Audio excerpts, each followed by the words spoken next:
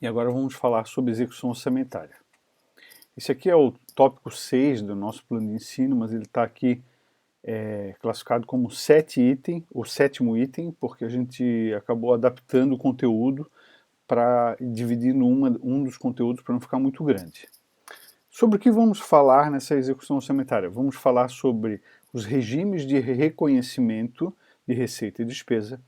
Vamos falar sobre os estágios de receita e da despesa orçamentária. Já vimos esse assunto lá em classificação, a gente adiantou, agora vamos falar de novo, porque isso é a essência do processo de execução orçamentária. Vamos falar sobre o resultado da execução orçamentária e o reflexo, a conexão que esse resultado tem com a situação financeira do ente público. Tem uma relação ali importante para nós sabermos. E também vamos falar um pouco sobre o que existe de norma na LRF a respeito da execução orçamentária e sobre a questão dos adiantamentos ou suprimentos de fundo, programação financeira, também vamos abordar esses temas. Então vamos lá. Primeira coisa, nós temos duas formas de reconhecer a receita e a despesa. Dois regimes de contabilização básicos, né? O regime de caixa, onde interessa o que nós normalmente compreendemos como receita e despesa. Entrou dinheiro no caixa, no disponível, é receita, saiu dinheiro, é despesa. Isso é a ótica do regime de caixa, de contabilização, de reconhecimento de receitas e despesas. No regime de competência, a ótica orbita o fato gerador. Quando a despesa ocorre? Quando a receita ocorre? Exemplo, na área privada, quando há a venda de um produto, a entrega do produto ao consumidor, ali ocorre o fato gerador da receita. Naquele momento, a empresa tem o direito de dizer: eu tenho o direito de receber um dinheiro daquele sujeito que levou a minha mercadoria e consentiu com a negociação. Ou seja, a receita não é sinônimo de recebimento de dinheiro, porque a venda a prazo é muito comum, então a gente vai comprar alguma coisa e paga depois. A despesa também tem a mesma lógica. Às vezes, muitas vezes, as empresas, elas compram as coisas, estocam, e elas só viram despesa quando são consumidas. Isso serve também no setor público. Então, o almoxarifado, o setor público faz uma compra para o ano inteiro. Por exemplo, imagina, kit para fazer exame laboratorial. Compra para o ano inteiro. Só que a despesa, do ponto de vista de competência, ela só ocorre quando eu consumo aquele kit, quando o kit foi utilizado lá na máquina de realizar a análise clínica, né? Então, a lógica da competência é uma lógica de anda junto com a receita. Então, para que o ente tenha receita pela prestação de serviço de análise clínica, ele usa um kit. E aquilo tem uma lógica econômica ali, impregnada ali, né? O regime de competência é usado no setor privado brasileiro. O regime de caixa é usado no setor público de alguns países, é usado, por exemplo, nas relações de contratos internacionais de empréstimo, FMI, BID, BIRD, KfW, normalmente eles usam o regime de caixa, que interessa a entrada de dinheiro ou a saída de dinheiro. Bom, eu tenho esses dois conceitos básicos, mas aqui tem uma explicação um pouco mais detalhada, vamos passar por elas para depois chegar ao nosso caso brasileiro, que é um caso típico, diferenciado, né? No regime de caixa, receitas e despesas são reconhecidas quando ocorre o fluxo financeiro. Não, apenas quando ocorre o fluxo financeiro. Ou seja, quando há o recebimento é receita, quando há o pagamento é despesa. Quando entra dinheiro no caixa é receita, quando sai dinheiro do caixa é despesa. Caixa deve ser compreendido como as disponibilidades do ente, ou seja, caixa e equivalentes de caixa, ou seja, como se caixa fosse. O conceito caixa é muito arraigado na cultura de negócios, né? Na cultura financeira, e ele advém lá daquele princípio que a empresa tinha só o caixa, né? Aquele caixa que a gente vê no supermercado, literalmente. Mas com o passar do tempo, os negócios, o setor público mais opera com bancos do que propriamente com caixa. Então a conta movimento de banco é como se caixa fosse, assim como as aplicações financeiras de liquidez imediata. Aqui eu faço uma explicação. Então, o que é disponível da entidade pública? É o dinheiro que efetivamente está no caixa, que hoje em dia é basicamente banco, dinheiro na conta bancária. Se eventualmente o setor público tiver um numerário em espécie, né, num cofre, eu acho que nem existe mais isso, seria caixa também, né? E os equivalentes de caixa. O que são equivalentes de caixa? Lá no Manual de Contabilidade Pública, aplicado ao setor público, tem uma definição: aplicações financeiras de curto prazo, de alta liquidez, que são prontamente conversíveis em valor conhecido de caixa e que estão sujeitos a insignificante risco de mudança de valor. Então tem um dinheiro aplicado e aquele valor está assegurado. E a hora que eu quiser eu baixo aquele valor da aplicação. Então isso também é considerado disponibilidade, ou entra no conceito de equivalentes de caixa. Então, regime de caixa considera entrada e saída de recursos de dinheiro no disponível, caixa e equivalentes de caixa. Entrou dinheiro no banco, receita. Saiu dinheiro do banco, despesa. Entrou dinheiro no caixa, receita. Saiu dinheiro do caixa, despesa. Já o regime de competência, o reconhecimento das receitas e despesas decorre do fato gerador. Então, isso que a gente tem que gravar. Qual é o fato gerador da receita? Qual é o fato gerador da despesa? Exemplo: o lançamento de um crédito tributário, no regime de competência, já gera para o setor público um direito de receber. Esse direito é contestável, tudo bem, mas já gera um direito líquido e certo de receber do cidadão, do sujeito passivo, do contribuinte.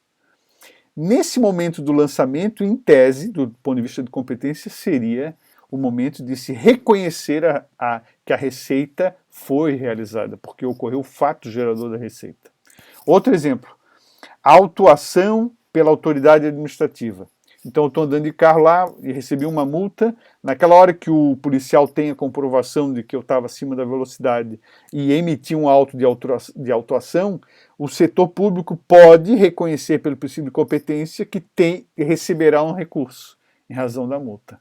Né? Então, o que não entrou dinheiro no caixa, eu ainda vou contestar, ainda vou decidir se vou pagar, tem um prazo para pagar, mas do ponto de vista da contabilidade já pode haver um lançamento lá no ativo da entidade dizendo assim: eu tenho um dinheiro a receber do Oswaldo que passou numa velocidade acima do permitido, ele foi autuado, multado. Isso serve para outras multas. Eu dei só o exemplo de multa de trânsito que me parece mais fácil compreender. A multa tributária também é a mesma coisa, né? Assim como o lançamento do crédito tributário. Outro exemplo é o consumo de materiais de expediente. Então a gente não registra despesa no momento que há a compra daquele volume todo de kit de laboratório. Só há o registro quando aquele kit de laboratório é consumido. E o melhor, ele é consumido mês a mês, dia a dia, e é só nessa hora que ele é consumido que ele é registrado como despesa. Até então ele é apenas um ativo, é um dinheiro que está vertido, está em material de consumo, lá dentro do estoque.